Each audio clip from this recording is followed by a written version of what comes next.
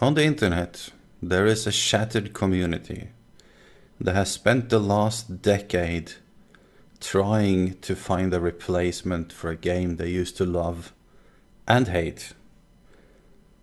Heartbroken in that relationship, really, because of how much they loved that game and what happened to it. Forever really not being able to find that replacement, not being able to fill that need, that urge to feel that way again. It's been going on for a while. I'm part of that community. Some time ago, there was a tweet that flamed the hope and enthusiasm in all of us, for those of us who follow. The game I'm talking about is Star Wars Galaxies, or SWG, right? The tweet was from SOE President John Smedly, the company that created SVG to begin with. And the tweet said something to the effect of that the game they're making, their next game, is dedicated to us. And, quote, SWG Players, you can come home now.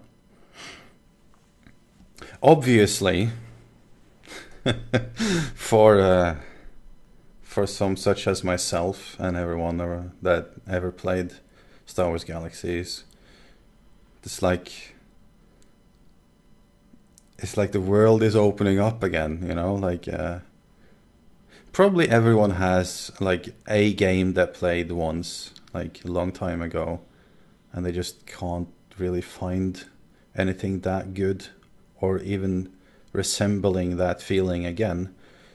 I will say though that Star Wars Galaxies is unique in that setting because there really hasn't been anything even close to it since. Now I woke up this morning and saw the announcement that Sony is now releasing within the next 4 to 6 weeks in early access something called H1Z1, which is like a wordplay on the swine flu or something. It's a zombie survival game. This is apparently the game that Star Wars Galaxies players were to come home to. I didn't really catch it to begin with. I thought that was a third game they were talking about here, because I don't see the connection. Now I wouldn't want to be in Sony's community relations department right now, because there's going to be a lot of frustrated Star Wars Galaxies fans finding out about this over the next coming days.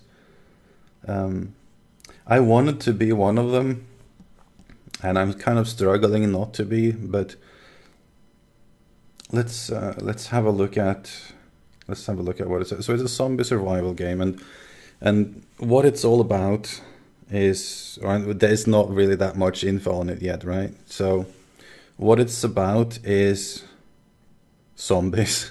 I'm very tired of zombies, I have to say, but I do enjoy the occasional zombie here and there. It's set in the US in the near future, I believe. What has been said that is to be the thing that sort of links this to Star Wars Galaxies is that there should be a lot of crafting and fortress building. If that's all, I don't know, because I also read one quote that said the crafting it's like Rust level crafting is the goal. Okay, let's just think back to Star Wars Galaxies here. Star Wars Galaxies, widely recognized for being one of the most complex and intriguing crafting systems, if not the most ever in a game. Rust crafting. That's it. It's the crafting you see in every game in Rust. I mean, I don't mind Rust. It's just There's no comparison. Let's take a look at other features of Star Wars Galaxies, just off the top of my head. This is obviously something I'm fairly passionate about. Why do people like... How many other games than Star Wars Galaxies is there where there are a multitude of classes or professions focused solely on hanging out in a bar, socializing, playing music, dancing, entertaining, selling things, doing makeovers? I mean, that doesn't... Okay, I can see how this doesn't really sound like an action-filled game for many people. But you had that too, but you didn't have to play a combat profession, right? So it's an open world, and that they have said that in this new zombie survival game there will be a fairly large world. It's an MMO. It's unlike, for example, Rust or 7 Days to Die or DayZ in that regard, that it's an MMO. It's actually a very large world, multiple large worlds. So that's a positive. I can get behind that. But what did you do in that world in Star Wars Galaxies? Well, you traveled from planet to planet. There's the setting. I'm not going to go into the setting because obviously a lot of people that play Star Wars Galaxies played it because it was Star Wars. But that's not really, for me, that wasn't the main thing. Although the Star Wars setting is something I always enjoyed.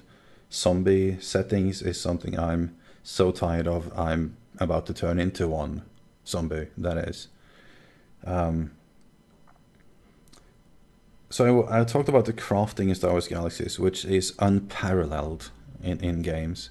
It's so complex and so intriguing that I'm not in, if you've played it, you know what I'm talking about. If not, watch any of my streams, and there is not one stream where we don't at one point start talking about and reminiscing about Star Wars Galaxies. Harvesting, also complex, very much so. Harvesting was one of the things I really enjoyed a lot. The resources in Star Wars Galaxies, very complex, unique resources. Harvesting parks all over the place, going around scanning for resources, putting up harvesting stations, coming back and checking on the stations, finding rare types of materials that only exist in one place for a limited amount of time and then move to somewhere else. You have no idea where you have to go scan for it. Multiple stats on each resource that is never the same stat twice, so you get that stock of that resource, which might be a holy crap awesome resource that all the crafters want for years to come, but it can never be replaced. That particular property that is used then in the very complex crafting I was talking about. These kind of things and so many more things, these are the reasons people loved Star Wars Galaxies. Now I don't see how they're going to replicate that in any way in a zombie survival game that reminds you mostly of some crossing in between DayZ and Rust in a larger setting. So I don't want to be too negative here because I don't know enough about the game yet. They have said there will be a lot of crafting, large open world. That's fine, but that kind of game usually attracts gankers, PvPers, like. People didn't play Star Wars Galaxies to hide from zombies all day and hunt for a can of tuna, like walk around and hunt for that precious can of tuna and then hunt for another can of tuna for hours on end. That's not why people play Star Wars Galaxies. So if I'm misunderstanding, I hope to be proven wrong. I really sincerely do, because I miss Star Wars Galaxies, something insane. But if that's what Mr. Smedly there thinks will attract Star Wars Galaxies players, he's very, very wrong. So wrong that I almost think that I might be wrong in assuming this, because that cannot be the case. You cannot have misjudged such an old community that much.